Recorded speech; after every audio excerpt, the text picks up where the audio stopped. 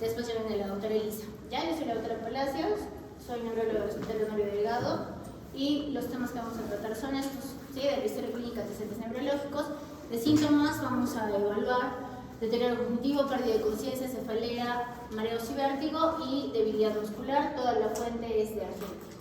Entonces, siempre que hablamos de antecedentes neurológicos, siempre tienen que pensar en lo más frecuente, ¿sí? Descartar lo más grave y cuando el paciente viene por emergencia tienen que usar el ABC que le hacen a todos los pacientes para estabilizar y evaluar qué es lo que van a hacer con ellos. Y el grupo más grande de enfermedades en neurología tiene etiología poco clara porque tiene patología o presentación incompleta o atípica. Ahora, cuando hablamos de tiempo de enfermedad, ¿por qué es importante que el paciente o el familiar nos diga cuánto tiempo de enfermedad tiene, ¿no? Cuando llega por emergencia, viene por consultorio, por esto? Porque si el paciente tiene un episodio agudo y tiene el examen físico algo focal, puede ser vascular. Si es que es algo agudo y generalizado, más tóxico metabólico. Si es que es subagudo y focal, más inflamatorio. Si es que es subagudo y generalizado, también más inflamatorio. Si es crónico y focal, más tumoral. Si es crónico y generalizado, más degenerativo.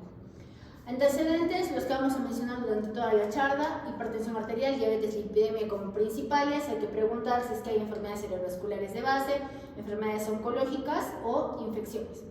Si es que hay antecedentes heredofamiliares en cuanto a las patologías que los pacientes tienen, hay que ver si son de herencia dominante, recesiva o ligada al cromosoma X, y por eso tenemos que tratar de hacer familiogramas, ¿sí? En donde vamos a determinar 3 generaciones, incluyendo los hijos del paciente.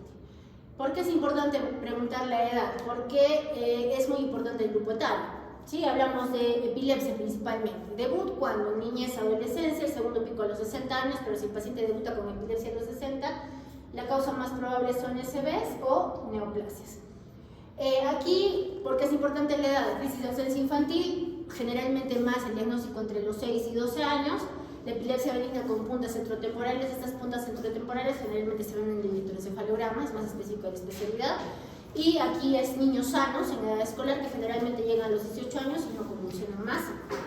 Las crisis de inicio generalizado, más infancia, adolescencia, pero aquí sí tienen alteración cognitiva y pueden desarrollar retraso mental. Las encefalopatías epilépticas generalmente persisten en edades más avanzadas, aquí principalmente West y Lennox-Gastaut. En el West son espasmos, ¿no? Los niños parece que están asustados, ¿sí? Eso es un espasmo, entonces el paciente no llega a caer, pero está permanentemente en espasmo. Y el Lennox-Gastaut ya son crisis epilépticas que pueden ser múltiples, y también hay un desarrollo neurológico anormal. Las convulsiones febriles generalmente se dan en niños entre 5 meses y 5 años. La prevalencia hay que preguntar si es que hay familiar, ¿sí? Y si es que ha tenido crisis febriles, hay que preguntar por qué, porque un 5% llegan a ser epilepsia en el tiempo, ¿ya? En cuanto a migraña, ¿por qué tengo que preguntar si es que el paciente tiene o no tiene antecedentes de familiares con diagnóstico de migraña? Porque generalmente la mamá migrañosa, el niño o el hijo puede ser también migrañoso, generalmente más la mamá, ¿ya? Hay que consultar eso. Neuralgia trigémino, ¿por qué me interesa la edad? Porque generalmente se da más en adultos y añosos, pero si es que la neuralgia trigémino yo la veo en un paciente joven entre 20 y 40 años, hay que ver que no sea una manifestación como un debut de una esclerosis múltiple. Enfermedades cerebrovasculares, si bien son más de los adultos, hay que ver que si es que se genera o se presenta en edades más tempranas, hay que ver si es que no hay un componente genético familiar. ¿Y por qué? Porque muchas veces, si es que es un ácido hemorrágico, las hemorragias subaracnoideas por aneurismas cerebrales que se rompen pueden ser generalmente congénitos y se presentan en pacientes menores de 50 años. Neuropatías periféricas, yo tengo que preguntar si el paciente es diabético, si consume alcohol. Muchas veces pregunto bastante si es que consume alcohol o drogas ilícitas también, para ver si es que son las causas de mis neuropatías periféricas. Hay que ver si el paciente es de los que los describen como torpes al hacer deporte o que se caen mucho, ¿sí? Pues tienen el pie muy cabo, o si tiene la marcha de este patch del caballito de paso, ¿sí? Y si es que el paciente tiene un patrón, ¿no? El papá y el abuelo tuvieron el mismo patrón, entonces hay que ver si es que el paciente también lo tiene. Cuando hablamos de distrofias musculares, ¿por qué es importante? Porque hay diferente prevalencia, ¿no? ¿Qué distrofias van a comenzar en la infancia? Duchenne es la más severa y distrofia muscular de cintura es la menos severa, y en el adulto la que más se presenta es Steiner. Ahora, cuando hablamos de Parkinson, el Parkinson lo diagnosticamos de 60 años a más generalmente, pero si es que nosotros vemos un Parkinson diagnosticado en joven, hay que ver que no sea un Parkinson juvenil o que no sea un heredo familiar también, ¿ya? Cuando vemos una enfermedad de Wilson que no es muy frecuente, que es el déficit de céluloplasmina, entonces aquí hay una alteración en el metabolismo del cobre. Entonces, ¿qué piensan? El paciente viene con un parkinsonismo, manifestaciones hepáticas, bien puede ser un Wilson, ¿ya? Ahora, Huntington, tenemos que preguntar si es que hay este fenómeno de anticipación genética, ¿sí? Los pacientes vienen con sintomatología tanto psiquiátrica como neurológica, generalmente más vienen con corea, ¿no? Y esta danza que es desorganizada, que el paciente no puede controlar, es involuntaria, ¿sí? Y si hay antecedentes familiares, generalmente el paciente la está haciendo la enfermedad más joven que los demás, ¿sí? Hay que preguntar. Corea de Sirhan ya no se ve mucho porque ahora se tratan a tiempo las infecciones estreptocócicas. Hay que ver si el paciente tuvo o no tuvo fiebre reumática. Todavía tenemos pacientes que han tenido fiebre reumática, hay que consultarlo. En cuanto a distonías, hay que ver realmente si estas distonías se presentan generalmente cuando son distonías de pie, hay que ver que no sean congénitas, y también si es que hay algún familiar que las ha tenido, ¿no? Y si son idiopáticas, hereditarias, o sea que se presentan generalmente antes de los 20 años, también hay que ver si no es un síntoma que a la larga me va a llevar al diagnóstico de un Parkinson. En cuanto a miastenia, hay que ver aquí el fenómeno de fatigabilidad, ¿sí? Cuando hablamos de fatigabilidad, vamos más a miastenia gravis o a placa neuromuscular. Entonces, cuando hablamos de esto, más es en mujeres, puede haber en jóvenes varones, pero más es en mujeres. Hay que ver si es que ya tuvieron el estudio de timo para ver si es que ha habido hiperplasia tímica o ya el timoma que ha sido extraído o no. Si hay estudios de función tiroidea y si es que hay formas congénitas y familiares, generalmente cuando se presentan en infantes y jóvenes. Ahora, cuando hablamos de Alzheimer, el diagnóstico generalmente es entre los de 60 años a más prevalencia cuando más de 80 años, y si se diagnostica entre los 45 y 50, hay que ver si no hay factores hereditarios. En cuanto a sexo, ¿por qué me interesa preguntar el sexo? ¿Por qué? Porque hay enfermedades desmielinizantes como corolario esclerosis múltiple, más frecuente en mujeres jóvenes. Si hablamos de raza, la raza negra, más relacionado con riesgo de hemorragias intracraneales. Si es que tienen ascendencia judía, eskenazi, pueden estar más relacionados con gangliosidosis. Si es que tienen ascendencia, sí, española, específicamente vasca o italiana, puede ser las formas hereditarias de la enfermedad de Parkinson. Ahora, cuando hablamos de profesión u ocupación habitual, hay que ver si es que el paciente a nivel de su profesión está expuesto a plomo, mercurio, manganeso o insecticidas organofosforados. ¿Por qué? Porque en función a qué esté expuesto yo veo la sintomatología. Si estuvo expuesto a plomo, puede tener manifestaciones conductuales, neuropatías o cuadros similares a la esclerosis lateral amiotrófica. Si es que está más en mercurio, que lo usaban para fabricar los sombreros, el trastorno más es psiquiátrico. Parkinsonismos por manganeso, ¿sí? Aquí es cuando los pacientes a nivel de mina trabajan con rodocrosita, que es un mineral que casi ya no se usa justo por esto, y también hay que preguntar la intoxicación por monóxido de carbono, ¿sí? Cuando los pacientes vienen con la piel bien rosada, tienen que ver si es que no han estado expuestos a monóxido de carbono. Ahora, los órganos fosforados lo que producen son fasciculaciones, bradicardia, hipotensión, muchas veces convulsiones, pero cuando es una intoxicación crónica, ¿no? El paciente siempre fumiga, sin protección, fumiga, puede desarrollar parkinsonismos o un déficit cognitivo. Ahora, dentro de los antecedentes personales, nuevamente, los factores de riesgo cardiovascular más importantes vienen a ser hipertensión arterial, diabetes, obesidad, lipidemia, tabaquismo, que vienen a ser estos factores cardiovasculares que son prevenibles, ¿sí? Reversibles, tratables. Si el paciente los trata, generalmente no van a desencadenar, en este caso, una enfermedad cerebrovascular. Ver si es que si es fibrilador, si toma la anticoagulación, si es que su INR está controlado en el caso que tome warfarina, o si es que cuando llega por emergencia, simplemente el paciente está subanticoagulado o sobreanticoagulado. Hay que consultar todo eso. Y si tiene un infarto agudo del miocardio reciente, también es importante porque es fuente de embolias, ¿sí? Y puede ser también un factor de riesgo cardiovascular para enfermedades cerebrovasculares. Ahora, cuando hablamos de, nuevamente, alcohol, diabetes, para ver las neuropatías, si hablamos del Guillain-Barré, ¿qué es importante preguntar? El antecedente de infección gastrointestinal o respiratoria, generalmente muy relacionado a Campylobacter jejuni cuando es una infección gastrointestinal, es relevante preguntar. Además, ¿qué es relevante preguntarle al paciente si toma antipsicóticos típicos, tipo haloperidol, bupromacina, levobupromacina, que puede desencadenar síntomas parkinsonianos, ¿no? Bradicinesia, temblor y no necesariamente ser un Parkinson, sino viene a ser un parkinsonismo. Y también la risperidona también está asociada con esto.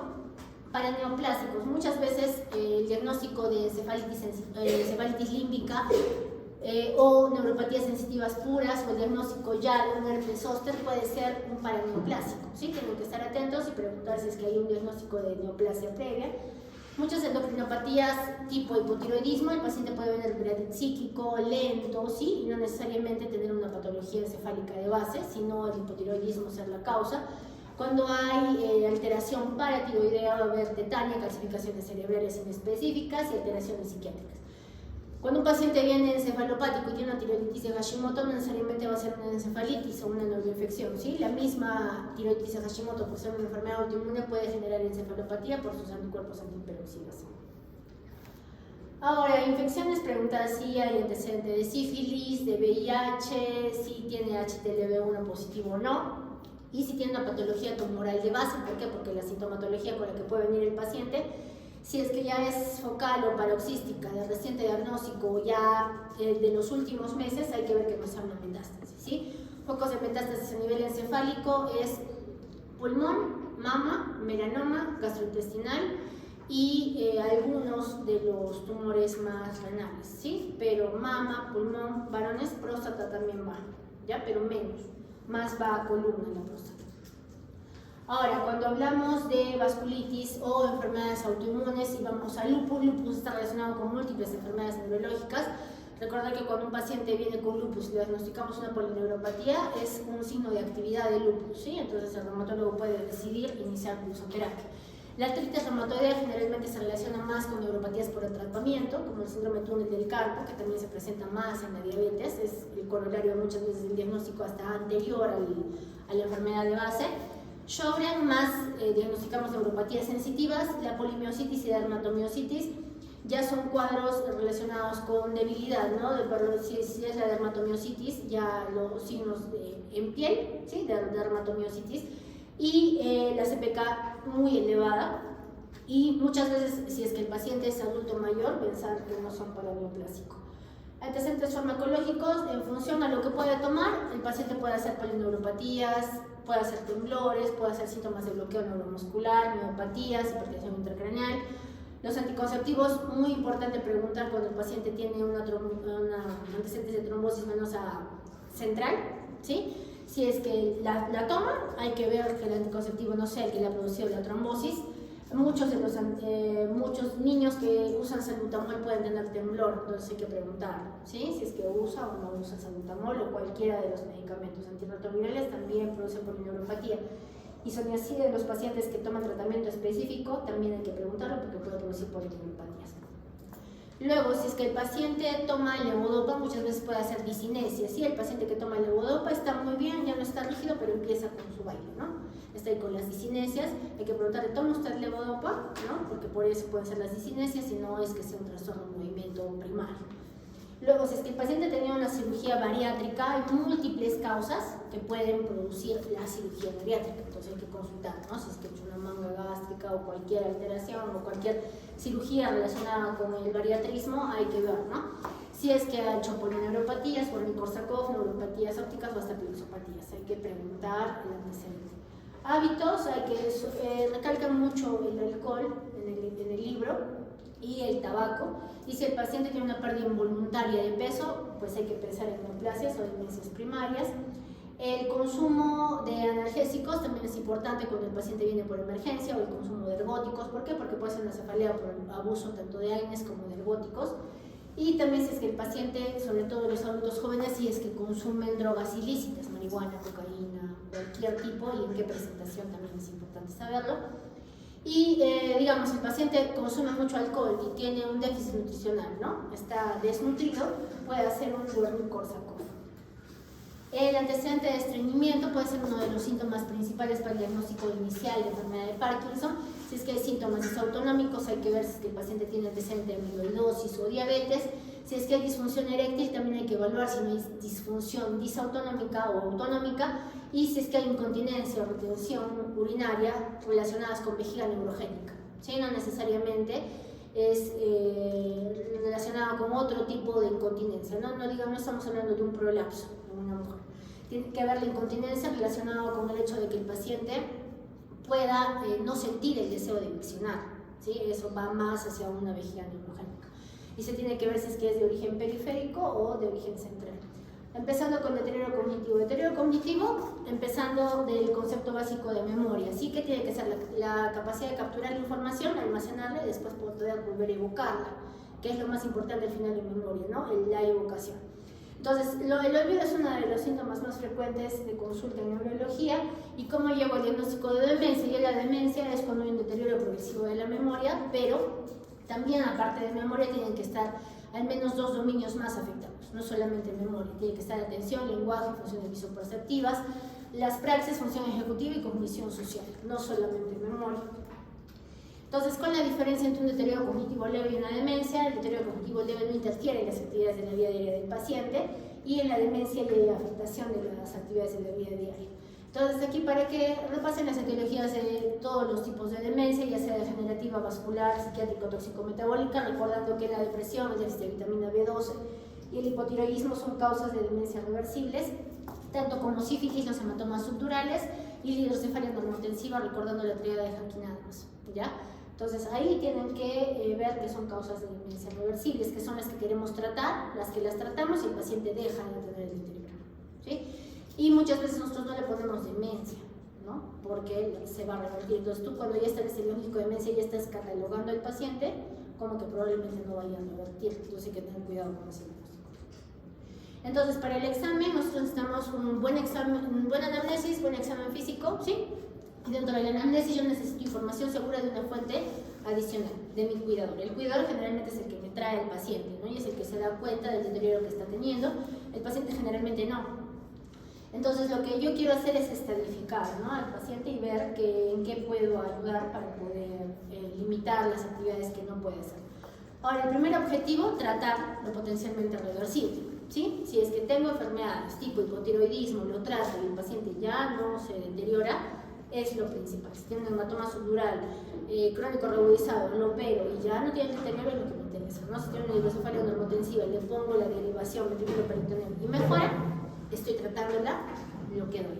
Pero si no, tengo que seguir avanzando, preguntar educación y grados de instrucción, ¿sí? Porque yo tengo que contar cuántos años el paciente ha tenido educación. No es lo mismo hacer estos test, que generalmente es el Minimental o MOCA, a un paciente con un analfabeto que con un grado de instrucción superior, ¿ya? Entonces la puntuación también es diferente. Y como puedo ver también si es que el paciente está deteriorado, si el paciente conduce vehículos, sí, empieza a tener infracciones, se pierde, ¿no?, desconoce calles, tiene que quedar quieto o llamar a alguien para que lo vaya a recoger estando en el vehículo, ¿sí? Luego, un deterioro gradual de la memoria. Muchos de los pacientes tienen facilidad para recordar eventos pasados, pero no eventos recientes, sobre todo relacionados con enfermedad de Alzheimer. No todas las demencias tienen la misma alteración en cuanto a memoria. Y las pruebas de memoria, eso es lo que nos da, ¿no?, que hay una disfunción en cuanto a hipocampo. Entonces, eso es lo que vamos a tener que al final tratar de volver a conducir. Y como pregunto, al paciente le puedo preguntar las noticias, los cambios en el gobierno, ¿no? Si es que el paciente ahorita está orientado en que ha sido las elecciones hace poco, si es que lo sabe o no lo sabe, eso es importante, ¿no? Porque no necesariamente es que lo escuchó en las noticias, ¿no? En la casa se habla. Entonces, si es que él prestó atención y evoca eso, hay que ver si es que realmente hay o no hay una alteración en la actividad de la vida diaria. Ahora, si es que es un deterioro bruto, ¿sí? La vuelta estaba bien y de noche a la mañana empieza con que no se acuerda, ya, pues yo tengo que pensar primero que no sea algo vascular de arranque, ¿no? No es como que algo paulatino, progresivo, que poquito a poquito se ha ido instaurando, es diferente. Ahora, cuando hay antecedentes familiares de demencia, hay que ver si hay una enfermedad de Alzheimer, ¿no? La enfermedad de Alzheimer puede tener un factor de riesgo hereditario, la demencia frontotemporal también. Entonces, estos antecedentes patológicos que ya lo estamos repitiendo durante toda la exposición, que son importantes para la mayoría de enfermedades neurológicas. ¿Y por qué mencionamos estos antecedentes psiquiátricos? Porque si el paciente tiene depresión, insomnio, apatía o anedonia, que vienen a ser síntomas también de depresión, tengo que tratar eso, ¿no? Si el paciente tiene insomnio, lo trato y ya no se olvidan las cosas, será por eso que se olvidaba. Si es que el paciente tiene síntomas depresivos, los trato y ya no se olvidan las cosas, pues eso era lo que le estaba produciendo los olvidos, ¿sí? Entonces no es que necesariamente tenga demencia. Y aquí lo que estábamos hablando del mini-mental. El mini-mental es un estudio que, una hojita nosotros tenemos, pero esa demora, ¿sí? Entonces no lo hacemos en todos los pacientes ni a cada rato, no es una cita adicional, que al menos en mi servicio se hace aparte, ¿no? Para hacer los estudios tipo mini-mental, el MOCA. El MOCA no demora tanto, pero por lo menos este es uno de los estudios, ¿sí? Uno de las escalas que se puede poner, pero hay otro que se está tratando de implantar aquí en Perú, que es RUDAS, que me parece que lo he mencionado antes. Ese RUDAS es más validado para la aprobación peruana, pero aquí el libro menciona mini-mental, ¿ya? Entonces es lo que tienen que saber. 19 puntos es normal para 0 a 4 años de educación, 23 puntos para 5 a 8, 27 puntos para 9 a 12 años y 29 puntos ya para estudios superiores, ¿sí? Ahora, el MOCA tiene más validación cuando el paciente tiene de 12 años a más de escolaridad y el punto de corte es de 26 sobre 30 puntos. Y mientras menos escolaridad tenga el paciente, hay que añadir un punto adicional al puntaje final. Todo el examen físico del paciente con deterioro cognitivo también es un examen físico completo. Se tiene que ver si hay alguna alteración, principalmente estos signos de liberación frontal que estamos mencionando aquí, como el reflejo de búsqueda, ¿sí? Está besuqueando, le tocas acá y busca, ¿no? O el reflejo pernoctoniano de Marinesco, que estimula la región palmar y el paciente hace un movimiento a nivel de la mandíbula, ¿ya? Esos son signos de liberación frontal. ¿Qué le pido al paciente con deterioro cognitivo? El hemograma completo, pruebas de función tiroidea, BCG, serología para VIH y sífilis y la medición de vitamina B12 y ácido fólico. Entonces, aquí lo más importante es la resonancia. Sí mencionan la tomografía, pero la resonancia es más importante. El PET o SPECT más los piden para diferenciar entre enfermedad de Alzheimer y de demencia frontotemporal. El electroencefalograma más nos ayuda cuando queremos evaluar demencias rápidamente progresivas, tipo Creutzfeldt-Jakob. Las demás no nos ayudan mucho, son muy inespecíficos. En cuanto a este diagnóstico diferencial, ¿sí? Es diferente un olvido benigno, una enfermedad cerebrovascular y una demencia por cuerpos de Lewy. Las demencias por cuerpos de Lewy generalmente debutan primero con alucinaciones visuales, no es como el Parkinson. El Parkinson puede desarrollar la demencia al final. Los cuerpos de Lewy pueden tener la cognición fluctuante, ¿no? El deterioro lo hace antes, pero es muy fluctuante y tiene primero alucinaciones visuales, también alteraciones en el sueño REM y pueden desarrollar Parkinsonismo.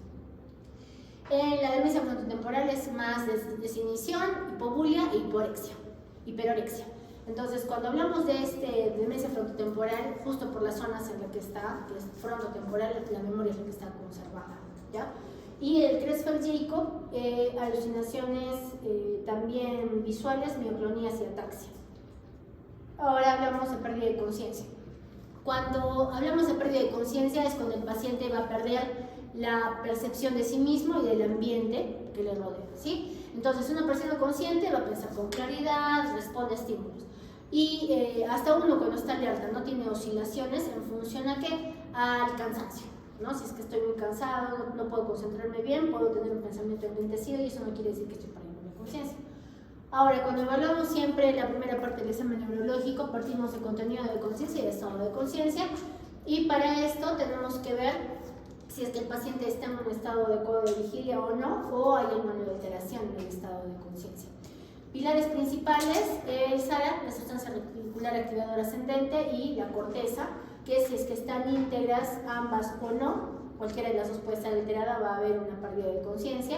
Y aquí, para que repasen las causas de pérdida de conciencia, ¿sí? Y recordar que no solamente las causas son neurológicas, hay causas reflejas, cardíacas, luego las insuficiencias autonómicas y neurológico y psicogénico. Entonces, en cuanto a lo neurológico y relacionado a pérdida de conciencia, va el ataque isquémico transitorio, enfermedad cerebrovascular, las crisis epilépticas y la narcolepsia como cuadros principales que menciona Argente.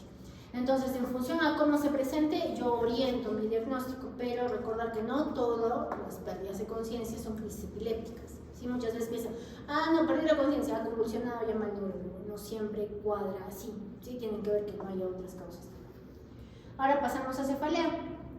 En cuanto a la cefalea, desde el punto de vista semántico, es cualquier dolor que se localiza en la cabeza, exceptuando región facial, lingual y faríngea, ¿sí? Entonces el paciente que les digan, pasa mucho en consulta, no me duele la cabeza, me duele acá, es un dolor cefálico, ¿no? Entonces, para que no se confundan, no es cefalea, es un dolor cefálico. Entonces siguen insistiendo en las características de la cefalea como para cualquier síntoma, sigue usando el ELISI. Y cefalea es una de las causas que más vienen por consulta, en consultorio externo sobre todo. Entonces hay que ver si es que es una cefalea o no primero, y las cefaleas primarias son las que ven el neurólogo, ¿sí? Las cefaleas secundarias no. O sea, nosotros lo que nos vamos a abocar ahorita para hablar es migraña, cefalea tensional y cefalea de racimos. Las demás sí las he puesto, pero no las vamos a tocar porque son las secundarias, ¿ya? Entonces, recordad que en una cefalea primaria el dolor es la enfermedad, pero en una cefalea secundaria el dolor viene a ser un síntoma más, no el principal, como viene a ser en la propia cefalea primaria. Entonces, ¿qué nos importa de la cefalea? Que no genere incapacidad. Si genera incapacidad, ¿qué pasa? El paciente no puede realizar su trabajo, atender a su familia o realizar simplemente actividades sociales. Y el paciente también, ¿qué pasa? Es difícil para él programar actividades. ¿Por qué? Porque tiene la incertidumbre de que en cualquier momento tenga cefalea y no pueda cumplir con lo que tenga planificado. Entonces ya no planifica mucho. En cuanto a la cefalea, en el libro mencionan la clasificación del 2018 y es la que vamos a hacer ahora. De migraña con aura, perdón, sin aura primero, hay que ver que yo necesito para por lo menos 5 episodios. Tanto de migraña con aura como sin aura, 5 crisis, de esas 5 crisis que me duren entre 4 a 72 horas y que por lo menos de estos 4 tenga 2. Que sea unilateral, pulsátil, de moderada o grave a severa intensidad y que empeora con la actividad física. Luego, si hay náuseas y o vómitos y fotofobia y fonofobia, al menos uno, ¿sí? Pero estamos hablando fotofobia y fonofobia, no como en cefalea tensional que vamos a ver que es fotofobia o fonofobia. Y que no haya ninguna otra causa. Cuando hablamos de aura, las auras hay que ver si son visuales sensitivas del habla, motoras, troncocefálicas o matinianas, y la propagación de esa aura también es importante. Generalmente va a durar entre 5 a 60 minutos sin tratamiento, generalmente es más unilateral, más positiva, pero de todos estos 6 criterios por lo menos debe cumplir con 3. La cefalea tensional, para la cefalea tensional yo necesito 10 episodios, ¿sí? No estamos hablando como migraña, yo necesito 10. Si es que no tiene los 10, todavía es probable. Todavía no la catalogo como definitiva. Entonces, esta duración viene a ser desde 30 minutos hasta 7 días y por lo menos 4 características. De estas 4, 2. ¿Sí? Bilateral, opresiva o tensiva, esa sensación de peso que pueden tener los pacientes. Intensidad leve moderada y que no empeora con la actividad física. Luego, la cefalea en racimos, estas son dolores que generalmente unilaterales, orbitarios, intensos, que generalmente el paciente puede describir desde 2 episodios a la semana hasta 8 episodios al día. ¿Por qué es el racimos? Por esa consecutividad, con esa capacidad que tiene de reaparecer, por eso le dicen el racimos, ¿no? Aparece, desaparece, aparece, desaparece. Y aquí también necesito 5, como en migraña. ¿Ya? Para la cefalea en racimos, 5 episodios de dolor unilateral, grave o muy grave, y que esté a nivel de región orbitaria, supraorbitaria o temporal. Entonces, ¿qué me acompaña a la cefalea en racimos? Que haya de por lo menos estos 5, 1. Hiperemia conjuntival, congestión, edema palpebral, la sudoración frontal, miosis y otosis. Y el paciente también puede tener inquietud o agitación porque el dolor es muy intenso, a pesar de que puede durar poco. Y lo que les digo, ¿no? Que puede ser 1 cada 2 días o 8 al día. En epidemiología, generalmente, acá ya mencionamos lo de la mamá, ¿no? Hay que preguntar si la mamá tuvo migraña, el papá, pero más importante generalmente viene a ser la mamá en este caso. El ACME de diagnóstico, segunda o tercera década, entonces son nuestras personas económicamente activas. Entonces yo tengo que tratar a esa persona económicamente activa para que pueda trabajar y no se limite en sus actividades. Cefalea tensional, cualquier edad de la vida, no hay una epidemiología exacta y es poligénica. En cuanto a la cefalea en racimos, generalmente el primer acceso lo diagnosticamos entre los 20 a 35 años y tiende a desaparecer cuando el paciente cumple alrededor de los 60 a 65 años. Esta es más de varones, de 3 a 1, y solo un 2% tiene antecedentes heredofamiliares o familiares. Entonces, cuando les preguntan sobre las hipótesis de la migraña, generalmente está el sistema trigémino vascular. Y el resumen es pues, que se liberan diferentes sustancias, ¿sí? Serotonina, histamina, prostaglandinas, y esto va a activar las fibras trigeminales, y las fibras trigeminales lo que hacen es dilatar los vasos intracraneales y producir una inflamación estéril. O sea, no se van a liberar más reactantes de fase aguda, ¿sí? Sino solo estos, y generar la dilatación y eso el dolor. Entonces, todo esto se dispara por fibras nociceptivas a nivel central.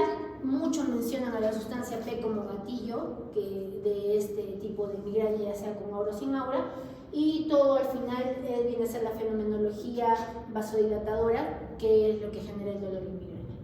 Aquí, en cuanto a el péptido relacionado con el gen de la calcitonina, ahora últimamente se le está relacionando mucho con el blanco específico en tratamiento de migraña. Y Olensen, que menciona mucho el hecho de la oligoemia, ¿no? Que hay zonas de oligoemia y eso genera hipoperfusión y eso al final genera el dolor. Cefalia tensional hay muy pocos estudios para evaluar la fisiopatología, que se piensa más que es por una tensión muscular epicraneal, ¿no? O pericraneal, y por eso es que hay el dolor. En cuanto a la cefalea de racimos, más se han hecho en la cefalea de racimos estudios cronobiológicos. Entonces, a lo que yo me aboco más es a que hay una disfunción a nivel de hipotálamo límbico. Entonces, por eso es que hay alteración y por eso puede producirse el dolor. En cuanto a esta, también mencionan a la sustancia P y que se libera del centro hacia la periferia, y también esta sustancia P puede ser la causante de la cefalea de racimos. Luego también mencionan vasodilatación y contracción del músculo liso a nivel de los vasos centrales, y siempre mencionan hipotálamo límbico y aquí también troncoencefálico para la cefalea en racimos. Y aquí las cefaleas secundarias, que les dije que las vamos a mencionar nada más, ustedes ya las revisan: la cefalea por lesiones intracraneales, postpunción lumbar, postraumática de causa ocular, sinusitis por dolor cervical o cervicogénica, por disfunción de la articulación temporomandibular, y la cefalea de la arteritis de la temporal, que generalmente va más en mujeres, es más grave, si es que no se trata puede producir ceguera, y generalmente es una arteritis granulomatosa generalizada, que por suerte no es muy frecuente, pero puede pasar. Y aquí se asocia a una BCG, una velocidad de sedimentación mayor a 100, y el diagnóstico muchas veces por biopsia de la arteria temporal superficial. También la cefalea por actividad sexual, que este es un signo de alarma en cuanto a banderas rojas cuando el paciente viene con cefalea por emergencia. La cefalea por tos, que generalmente si es que es una cefalea que viene casi inmediatamente luego de toser, puede ser benigna, pero hay que descartar que no sea una malformación de Arnold-Chiari tipo 1. Si hay una cefalea por ejercicio, también es un signo de alarma. Una neuralgia por el del trigémino, generalmente recordar que es más en mujeres, más a partir de los 50 años pueden mencionar que es fulgurante, quemante, urente, ¿sí? Generalmente más en la rama B2. ¿Y cuáles son los desencadenantes? Mojarse la cara, afeitarse, fumar. Por eso es importante tratarla, porque el paciente hasta a veces ni siquiera puede hablar ni cepillarse bien los dientes por el dolor. Disculpe, en lo de la neuralgia trigémino, en cuestión de los desencadenantes, que era lavarse, afeitar, entonces podríamos describir con un tipo de alodinia el paciente. En el examen físico tiene alodinia. Puede tener alodinia o hiperalgesia en el examen físico, sí.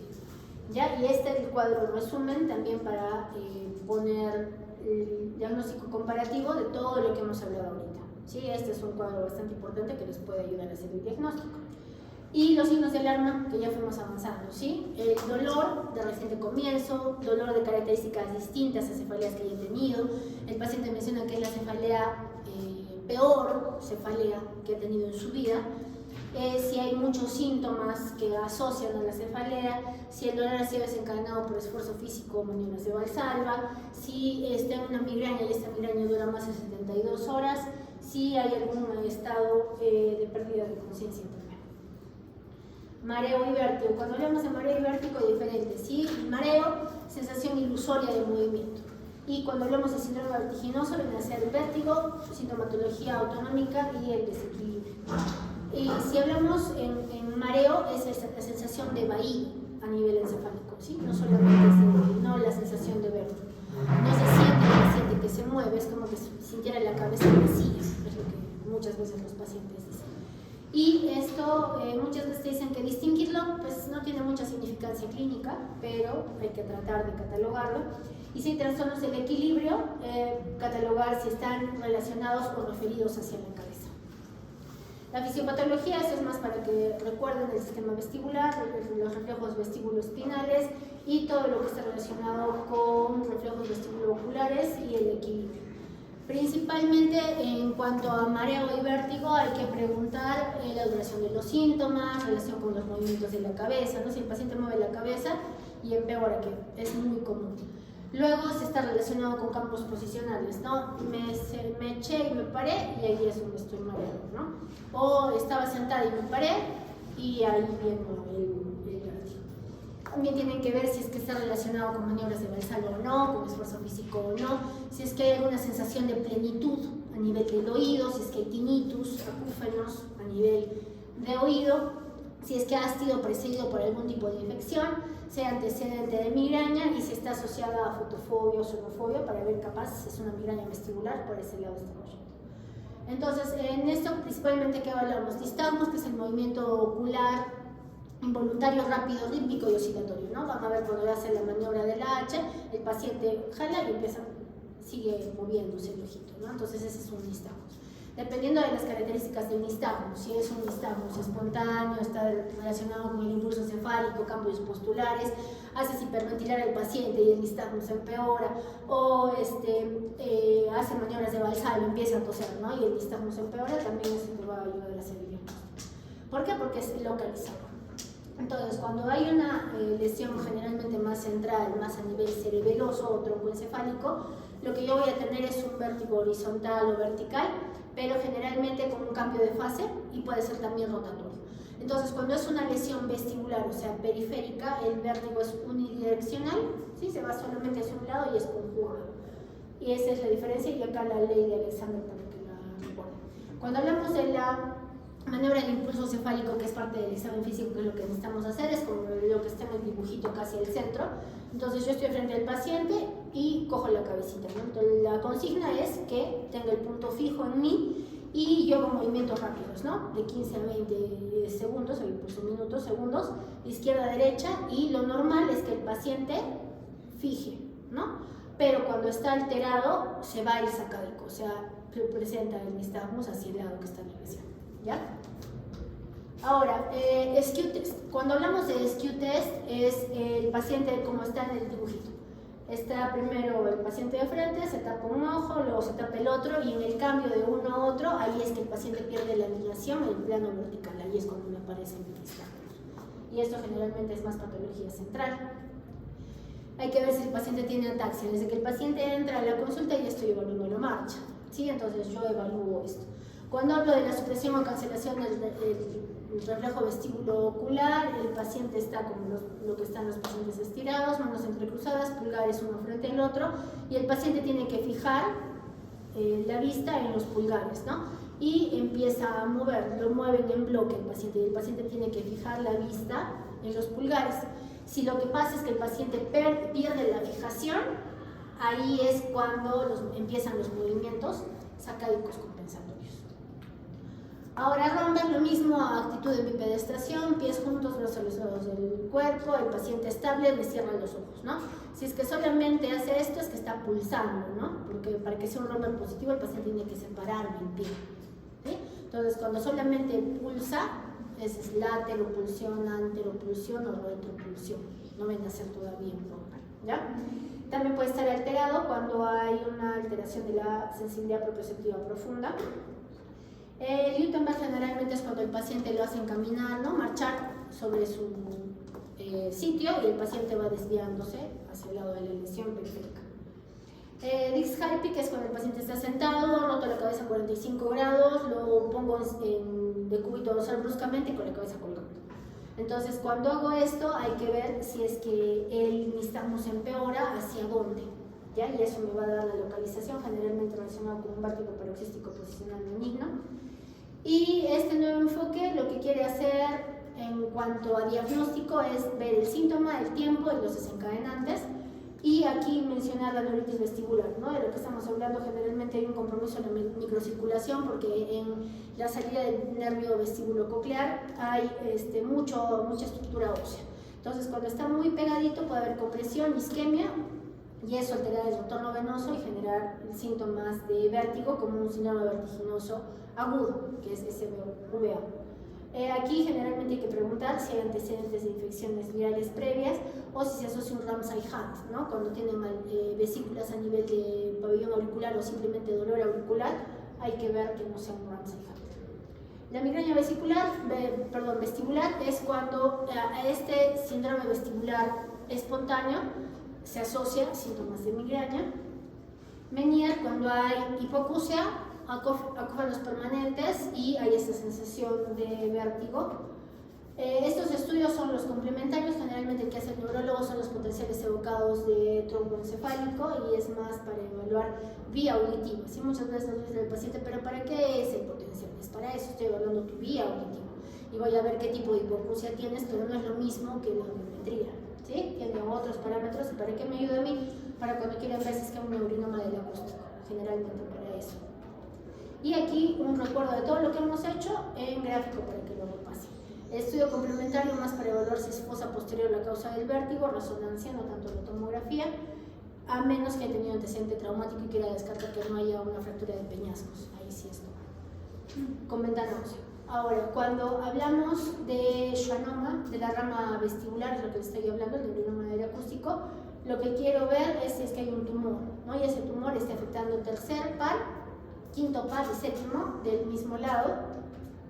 Y vamos a pasar ahora a debilidad muscular, que ya es la última parte. ¿Ya? Entonces, cuando hablamos de debilidad muscular, hay que diferenciar entre debilidad, fatiga y fatigabilidad.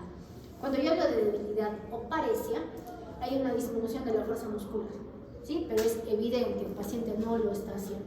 La fatiga es una percepción subjetiva mía, ¿no? Del paciente de estar débil, y la fatigabilidad ya es una debilidad fluctuante, ¿no? Generalmente es el paciente que amanece bien, pasa el día y se siente más fatigado, más cansado. Y para eso están las pruebas de fatigabilidad. Generalmente la fatigabilidad está relacionada más con alteración de la unión neuromuscular. Entonces, la instalación, si es que es aguda, subaguda crónica, si la distribución es simétrica, distal o proximal, si es ascendente o generalizada, todo esto me va a englobar a mí la localización, ¿sí? Empezando de la anamnesis en el paciente. Entonces, cuando tengo debilidad, cualquiera de estas zonas a nivel de la vía piramidal es que puede estar lesionada.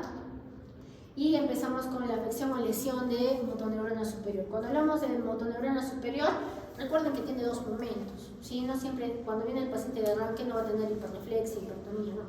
El paciente tiene hipotonía, hiperreflexia, se libera la primera motoneurona y recién hay hiperreflexia, hipertonía, no de arranque, ¿sí? Porque ustedes siempre van a ver lesión de segunda motoneurona, hiperreflexia, hipertonía, ¿sí? Pero de arranque en el primer momento no es así. Diferentes lesiones de segunda motoneurona. Y aquí puede estar siempre presente el Babinski. Recordar que el Babinski es el reflejo plantar anómalo y es el reflejo plantar extensor. El normal es el flexor. ¿Ya? Entonces, en función a si la lesión de motoneurona superior está por encima de decusación, debajo de decusación, a nivel de tronco encefálico, a nivel medular, es que me va a dar la patología de la debilidad. No es lo mismo, ¿sí? Si es que es por encima de la decusación, hay una debilidad muscular contralateral. Si es que es a nivel de entrecruzamiento, puede ser más bien debilidad motora homolateral. Si es que es troncoencefálico, puede afectar los nervios craneales homolaterales, ¿sí? O sea, del mismo lado. Y si son lesiones medulares, también puede ser debilidad homolateral, dependiendo de la lesión, que ya lo vamos a poner al final un resumen de cómo van a catalogar si es que es una lesión medular, si es que es cervical o dorsal principalmente, es en función a la debilidad y en función a eso vemos la patología de base. Ahora, lesión de segunda motoneurona. Aquí tienen que recordar que de arranque el paciente ya tiene hipotonía e hiporreflexia, ¿sí? Y solo se queda en hipotonía e hiporreflexia. Si hay atrofia, sí va a haber atrofia aquí. Si es que hay en la lesión de primera motoneurona atrofia, y es una atrofia por desuso. O sea, no me viene atrofia al final, la atrofia es con el paso del tiempo, no como aquí que ya puede tener atrofia el paciente. Y en la electromiografía voy a ver denervación y fasciculaciones y lógicamente aquí no voy a ver ni Babinski ni clonos, ¿sí? Porque esas son lesiones de motoneurona superior o primera motoneurona. Entonces, si hablamos de segunda motoneurona, estoy hablando del sistema nervioso periférico. Y entonces, ¿en dónde tengo que localizar? Si es que la lesión está en plexo, está en nervio, está en rama, en cordón, en qué parte, y si es que es periférico distal, podemos hacer el estudio de conducción nerviosa. ¿Sí? Muchas veces el paciente, no sé, viene con un cuadro medular y nos lo mandan a electromiografía. Electromiografía no es médula, ¿sí? Empezando que médula es lesión de primera motoneurona, que estamos hablando de segunda. Para lesión de segunda motoneurona, yo sí hago estudio de conducción nerviosa en electromiografía, para cualquiera de estos niveles, ¿sí? Pero para primera no, para primera es diferente. Entonces tenemos que ver que en neurología es mucho más tajante que en otras, ¿no? Haces la anamnesis tiene que tener relación con el examen físico y tu examen físico tiene que relacionarse con el complementario. Yo no lo hago al revés, porque me confunde. Entonces yo lo hago en orden para llegar al diagnóstico, ¿sí? Porque la mayoría de enfermedades neurológicas son un poco catastróficas, son discapacitantes, entonces hay que tratar de llevar el orden para poder diagnosticar. Entonces, si es que el paciente tiene afectación de placa neuromuscular o músculo, principalmente neuromuscular, hablamos de miastenia gravis, ¿no? Fatigabilidad. Entonces, ¿qué viene el paciente? Generalmente alteraciones de los músculos extrínsecos del ojo, ¿no? El paciente tiene ptosis, diplopía, y si es una miastenia generalizada, ya la fatigabilidad y las maniobras de fatigabilidad positivas. No hay nivel sensitivo, los reflejos sostenidos no tienen por qué alterarse tampoco, y la debilidad muscular la anulas como colocando anticolinestéricos, ¿no? O les das el tratamiento con piridostigmina y mejora. Entonces, es su prueba terapéutica. Y en cuanto a cuando es lesión muscular, tenemos que ver si es congénito, adquirido, ¿sí? y ver si también está asociado a cíclicas elevadas. Para la edad de presentación también es importante todo lo que hemos mencionado desde el inicio, para todas las enfermedades de neurología, absolutamente todo, y siempre ver si es que ha estado expuesto a algo el paciente, ¿sí? Es muy importante ver la forma de comienzo y la evolución del ACV. ¿Por qué? Porque puedo ver si es que es minutos u horas vascular, puedo pensar que es. Si es que es rápido, pero es en horas o días, puede ser un Guillain-Barré. Si es que es lento, semanas o días, puede ser una polineuropatia o una esclerosis múltiple, dependiendo de la sintomatología. No es que sí o sí va a ser así. Luego, segundo grupo muscular, ¿no? Si el paciente tiene una paresia facial, pero, no sé, tiene imposibilidad para, ¿no?, concluir el párpado, fruncir el ceño, se borra el surco nasogeniano, eso estoy hablando de una parálisis facial. Pero si es una diplejía facial, yo puedo pensar más que es un Guillain-Barré, ¿sí? Entonces, no es lo mismo, hay que evaluar al paciente y preguntar. Muchas veces el paciente ni cuenta se da. Entonces, el examen físico nos va a complementar el diagnóstico, ¿ya? Digamos, si es que fuma, ingiere sustancias ilícitas, también es importante evaluar, y si es que hay compromiso de musculatura también extraocular, para ver si es que hay parálisis de pares craneales aunado a la sintomatología que estoy refiriendo. Y para que me entiendan esta parte, vamos a hacer más esto, el resumen de la distribución de debilidad y su denominación. Lo demás es lo mismo. Entonces, cuando yo tengo una monoparesia braquial, una extremidad superior. Monoparesia o monoplejía crural, una extremidad inferior. Diplejía braquial, ambos miembros superiores. Si digo cuadriparesia o cuadriplejía, 4 extremidades. Si digo paraparesia o paraplejía, ambos miembros inferiores. No existe la diplejía crural, ¿sí? Estoy hablando de diplejía braquial, pero diplejía crural no. Ahí ya es paraparesia o paraplejía. Entonces, ¿por qué yo hago este resumen en debilidad? Porque si yo tengo, por ejemplo, una monoparesia braquial, puede ser un compromiso de plexo braquial, una radiculopatía cervical o una neuropatía a nivel de mi miembro superior. Si tengo una monoparesia crural, puede ser una plexopatía, una radiculopatía o una neuropatía a nivel de miembro inferior. Si Si es que tengo una cuadriparesia o una cuadriplegia, o es una polineuropatía, si está hipotónico y hiporrefléxico, o es un compromiso medular cervical, si está hipertónico y hiporrefléxico, ¿sí? Si es que yo quiero hablar de una paraparesia o paraplegia, para ambas, generalmente es más compromiso medular dorsal. Entonces yo en función al compromiso o la debilidad que tiene el paciente pido también la imagen. Porque algo que no les mencioné en la primera clase, yo trabajo en un hospital del Estado, ¿no? Entonces mis pacientes no tienen para pagar los estudios y el CIS no les cubre todo. Entonces yo no voy a estar pidiéndole a un paciente que viene con una paraparesia, yo no voy a pedir una resonancia cerebral, yo voy a pedir una resonancia dorsal, idealmente, si es que tiene nivel sensitivo, porque si es que no hay nivel sensitivo, ¿para qué me pido medular?